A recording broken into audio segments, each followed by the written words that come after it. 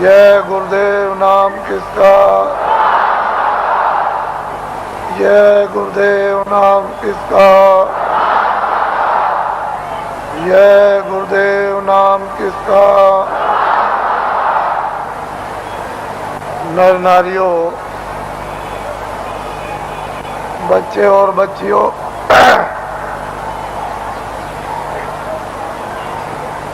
लोग अपने अपने गृहस्थ आश्रम में जब संसार का सब अनुभव बच्चों का, भाइयों का, माता पिता का, पत्नी और पति का जब गृहस्थ आश्रम में अनुभव कर लेते थे तो अंत में मोह ममता को त्यागने के लिए लोग अपनी आखिरी आयु का, उम्र का एक हिस्सा ये सोच करके देते थे कि अब चलते चलाते हमारा कल्याण हो जाए। तो और तीर्थाटन घर से निकलकर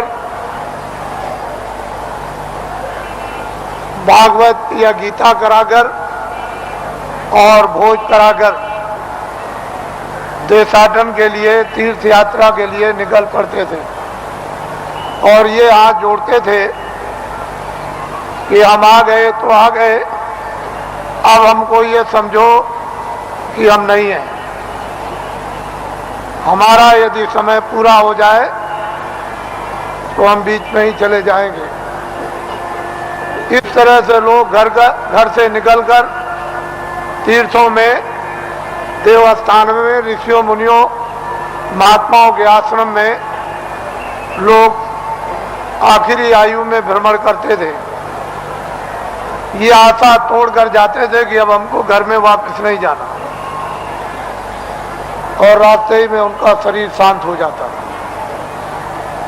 सियार ने खाया, ऐसे ही पड़ा रह गया, गड्ढे में गिर गया, किसी ने फेंक दिया, ये कुछ नहीं। घर से निकल गए और चले गए। पहले सभी आश्रमों में ये नियम था, अब ये कहा गया, अब ये बताया गया है कि गृहस्थाश्रम में रहो और आपको सच्चा सत्संग, सच्चे महात्मा का मिलना चाहिए, जिससे सत्संग और उसके वायुमंडल में अगर यदि शरीर शांत होता है तो अपने को वो परम सौभाग्यशाली ये समझे कि मेरी आत्मा का हो गया कल्याण। मैं जो कह रहा था कि अगले साल इसमें से कितने लोग यहाँ पर जो बैठ करके सुन रहे हैं वो अगले साल यहाँ नहीं आ सकेंगे, उनका समय पूरा हो जाएगा। इससे ये मालूम होता है कि आपका समय साल से कम रह गया, इसलिए दोबारा फिर ये आपको अवसर नहीं मिलेगा। न तो आप दर्शन दे सकते हो और न आप दर्शन कर सकते हो और न आप सत्संग सुन सकते हो, क्योंकि श्वासों की पूंजी समाप्त हो जाएगी और अनमोल मनुष्य शरीर किराए के मकान से जीवात्मा को विवश और लाचार होकर के निकलना पड़ेगा। तो आपने देखा होगा, आज सुबह लाइन में खड़े हुए पूजा के लिए, न कोई बीमार है, आराम से खड़े हैं और पूजा की प्रतीक्षा में है कि हम वहां तक पहुंच जाएं और प्रसाद ले लें, और बस उतने ही में जमीन पर बैठे और शरीर छूट गया, यानी जीवात्मा शरीर से निकाल दी गई। ये जीव का बहुत ही अहोभाग्य, ऐसा अवसर जीवों को मिलता नहीं है। ऐसे वायुमंडल में, ऐसी देखरेख में, ऐसे संकल्प में, ऐसे संदेश में, मालिक की याद में, उसकी पूजा में अगर श्वासों की पूंजी समाप्त हो जाती है और शरीर से जाना पड़े तो उसकी संभाल हो जाती है। वो जीव इधर उधर नहीं जा सकता। महात्माओं को मालूम है ये जीव कहाँ जाएगा और इसका हिसाब किताब कहाँ पर होगा, वो पूरा उनको मालूम है। जिस तरह से खुली आंखों से आप हमको देखते हो बाहर की शरीर की आंखों से, और मैं आपको देखता हूँ, इसी तरह से अंतर्ज्ञान दृष्टि के द्वारा वो सब कुछ दिखाई देता है कि जीव इधर से जैसे ले जाए जाते हैं वो कैसे जा रहे और कहाँ इनका हिसाब होता है। ये महात्माओं को सब मालूम। पिछली किताबों में महात्माओं ने बहुत कुछ आपके लिए निराकरण कर दिया है और उन्होंने आपको बहुत विश्वास दिला दिया, उसके कहने की जरूरत नहीं है। तो दो आदमियों का यहाँ पर शरीर छूट गया और कल दोनों के दोनों ही गए। इससे ये मालूम हुआ वो बड़े बेचारे प्रेमी थे, बड़े भक्त थे और बराबर सत्संग में जगह जगह सम्मिलित होते रहते थे, सत्संग सुनते थे और दर्शन देते और दर्शन करते थे। ऐसी उनकी बड़ी तीव्र लालसा रहती थी।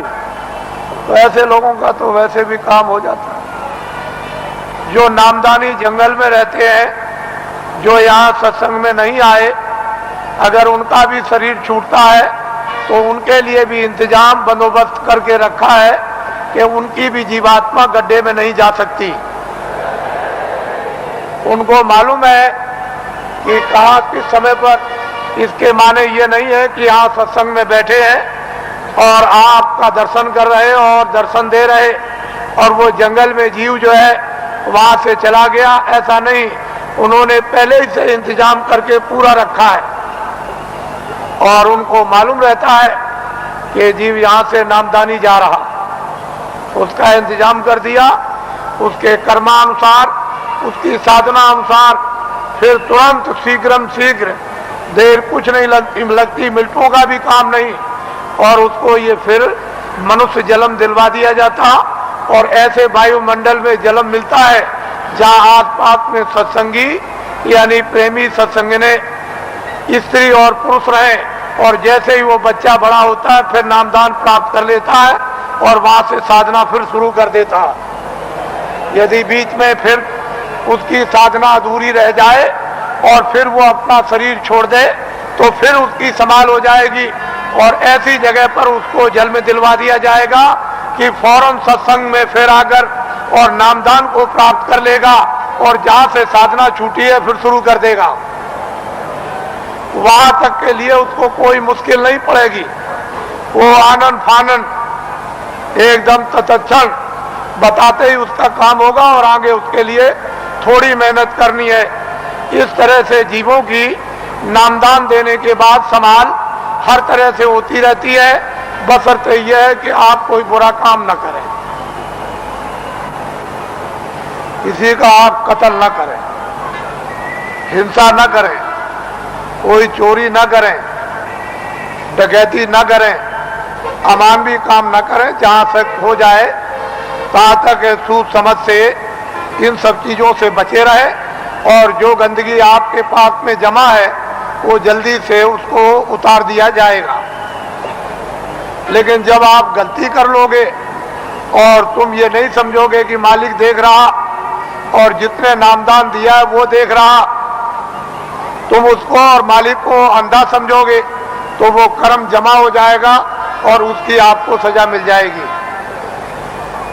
फिर आप रोओगे, चिल्लाओगे। हर तरह से यानी जीवों की संभाल होती है। ये बहुत ऊंचा संदेश और ऊंचा विज्ञान है। ये छोटी मोटी चीज नहीं है।